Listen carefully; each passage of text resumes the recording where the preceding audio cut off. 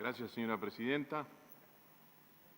El contador Enrique Iglesias, en diciembre de 2019, en Radio El Espectador, subrayó la siguiente idea. Hoy el gran desafío del mundo es resolver la desigualdad. Con esa idea como norte, estamos compareciendo acá en este recinto. La ley de urgente consideración que estamos considerando resuma ideología. Legítimamente, y sobre las ideas planteadas con urgencia, pretendo intervenir con profundidad, altura y respeto.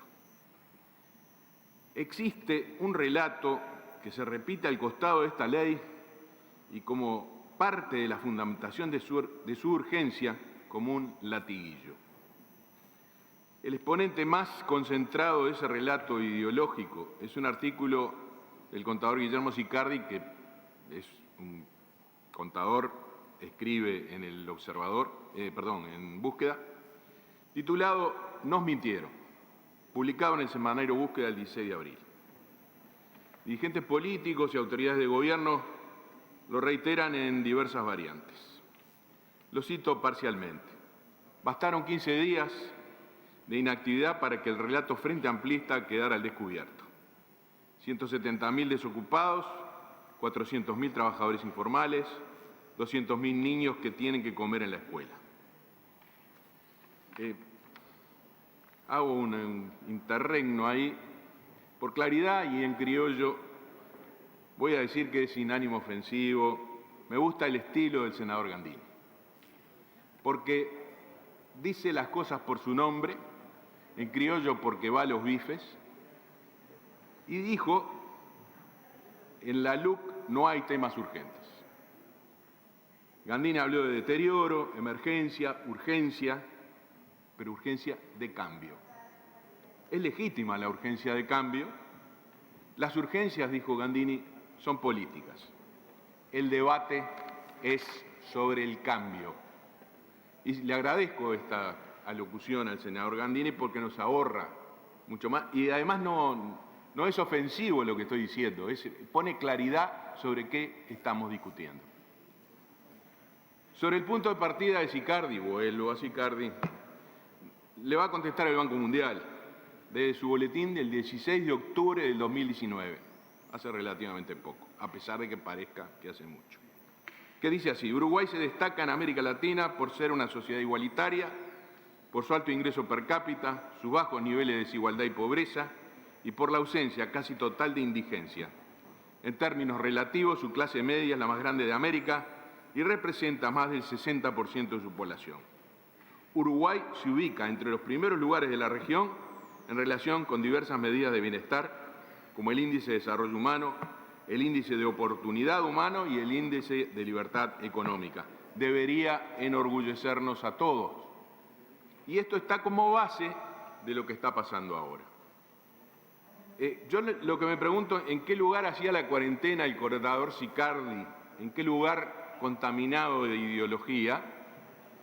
Y le voy a poner contexto a esa quincena en la que el contador Sicardi, entre otros, dice que el Uruguay se derrumbó. Muy brevemente, las 3 semanas de enero y febrero, en que las actividades portuarias chinas se detuvieron, resultaron una caída del 96% en el movimiento de contenedores para todo el mundo. En febrero, las exportaciones uruguayas cayeron 18.7 en relación al febrero anterior. Son aproximadamente unos 100 millones de dólares. Y para no aburrirlos voy a ir a la OIT. La OIT informa que 108 países anunciaron 548 medidas de protección social destinadas a mitigar los efectos de la pérdida de empleos. Se estima que 1.250 millones de trabajadores corren riesgo de ser despedidos o perder el salario. Medidas de cuarentena aplicadas por ese momento afectan a 2.700 millones de trabajadores, que representan el 81% de la fuerza de trabajo mundial. El término posverdad significa información o aseveración que no se basa en hechos objetivos, sino que apela a las emociones, a las creencias, a los deseos. De eso precisamente se trata el relato del señor contador. El Plan Ceibal, el Plan Ibirapitá, el Sistema Nacional Integrado de Salud, el Ministerio de Desarrollo Social, el Instituto Pasteur, el riesgo país, uno de los más bajos de América Latina, la conectividad, la banda ancha, el cambio de matriz energética, el sistema tributario, la solidez del sistema financiero y tanta otra plataforma construida en los últimos 15 años y más atrás aún, están para dar cobijo a los uruguayos en esta crisis. Y no tengo empacho en reconocer que una parte de lo que escribe el contador Sicardi habla de insuficiencias, deficiencias, ineficiencias de las administraciones del Frente Amplio. No me duelen prendas. A continuación me voy a referir a una de las secciones de la Ley de Urgente Consideración para ahorrarles el tiempo, tenía más secciones para exponer, y que ese es justamente en el que me precedió el economista Olesker. La regla fiscal, sección cuarta de Economía y Empresas Públicas, artículos 205 a 211. Para ejemplificar por qué no es urgente ni oportuna su consideración. Actualmente existe una regla fiscal referida al tope de endeudamiento, la Ley 17.947, que tiene carácter de compromiso legal y con una fuerte sanción en caso de incumplimiento. Esta regla fue concebida para dar cumplimiento al artículo 85, numeral 6 de la Constitución, que establece que el Parlamento debe autorizar, a iniciativa del Poder Ejecutivo, la deuda pública nacional, consolidarla, designar sus garantías y reglamentar el crédito público.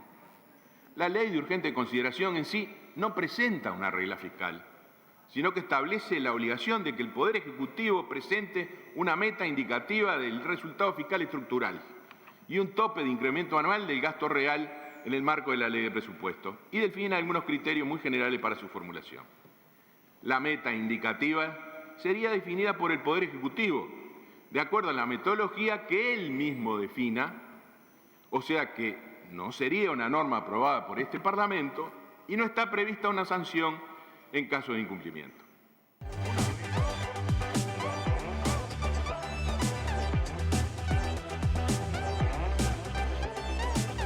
Una regla fiscal seria requiere de un organismo técnico independiente que fije la metodología, no del Poder Ejecutivo, que puede determinar parámetros como, por ejemplo, el crecimiento del producto, para fijar esa regla fiscal.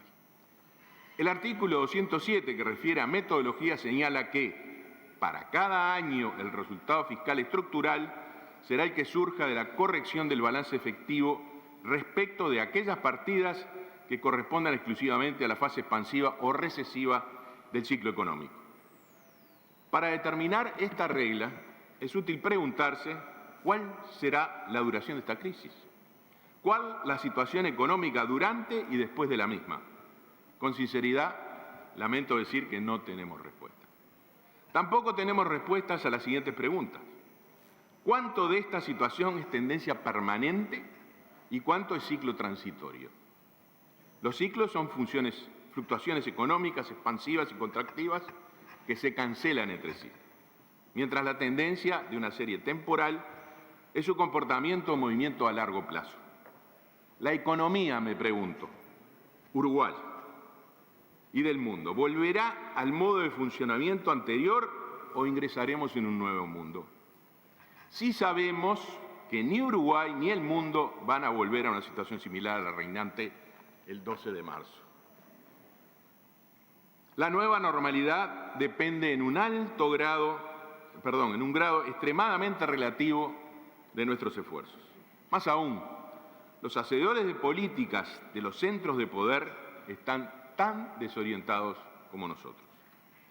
La comunidad científica, por ejemplo, que trata de encontrar una salida a la crisis sanitaria, reconoce a diario que van descubriendo con rezago tanto los efectos cuanto las estrategias para enfrentar la pandemia. El presidente de la Academia Nacional de Ciencias, el doctor Rafael Radi, asesor del gobierno, un respetable científico, entrevistado por la prensa, manejó los siguientes conceptos sobre la transición: nivel de complejidad, tonos de gris, no hay una única respuesta, incertidumbre, no hay antecedentes en la historia de la humanidad. De igual manera, todas las otras disciplinas del conocimiento humano están desafiadas. Estamos ante un shock de oferta absolutamente inédito, atípico, que no tiene antecedentes y, por lo tanto, no existe resorte ni política económica que la ciencia económica tenga entre su herramental para enfrentar sus consecuencias. El mundo de hoy. ¿Cuál es el mundo de hoy? Tener una regla fiscal, tengo que decir, con todas las letras, es muy saludable. Sin embargo, mientras en este recinto la estamos considerando en forma urgente, la Comisión Europea decidió el 20 de marzo suspender sus reglas fiscales, que incumben un límite al déficit público, un límite máximo del gasto público y un objetivo de deuda pública sobre el producto, para permitir a todos los países que gasten lo que consideren para poder aplacar el impacto del coronavirus en la economía. El espacio fiscal no será mejor en América Latina, donde según el Banco Interamericano de Desarrollo, el efecto de la pandemia se traducirá en posibles incrementos del déficit en 2020 hasta -8 del producto y -4 del producto en el mediano plazo. En consecuencia, la deuda pública podría alcanzar niveles de 65% del producto en el 2020, con una senda creciente hasta llegar a alrededor del 75% en el mediano plazo. Cerca de 70 millones de estadounidenses recibieron por correo un cheque de $1.200, luciendo en el lado izquierdo la inscripción "El presidente Donald J. Trump". Se trata, además de un obvio acto de campaña electoral, de un caso de renta básica empresarial del señor presidente de los Estados Unidos de América, como parte de un paquete de ayuda financiera de $2 billones en una economía que muestra un déficit fiscal de 984.000 millones, representando un 3,8% del producto. Ayer escuché, y vuelvo a citar al senador Gandini, hablar que esta ley abona para la próxima recuperación que definió en forma de V corta. El señor Nouriel Roubini, economista turco-estadounidense, profesor de Economía y Negocios Internacionales en la Escuela de Negocios Stern de la Universidad de Nueva York, asesor de Obama en su momento, habla de otra cosa en el plano internacional. Dice lo siguiente: cada componente de la demanda agregada, consumo, gasto de capital, exportaciones, está en una caída libre sin precedentes. Mientras la mayoría de los analistas han venido anticipando una crisis en forma de V corta, en que la producción cae marcadamente durante el trimestre y luego se recupera en el próximo, ahora debería quedar claro que la crisis del COVID-19 es algo totalmente diferente. La contracción que hoy está en marcha no se parece ni a una V corta, ni a una U, ni siquiera a una L, es decir, una marcada crisis seguida de estancamiento. Más bien, se parece a una contracción en I mayúscula, una línea vertical que representa un derrumbe de los mercados financieros y la economía real. Termina Rubin, si aún como hipótesis aceptáramos que la crisis tiene forma de V o va a tener forma de V en el Uruguay, lo que está por determinarse es cuán profunda es la V, cuándo vamos a llegar al fondo de la V.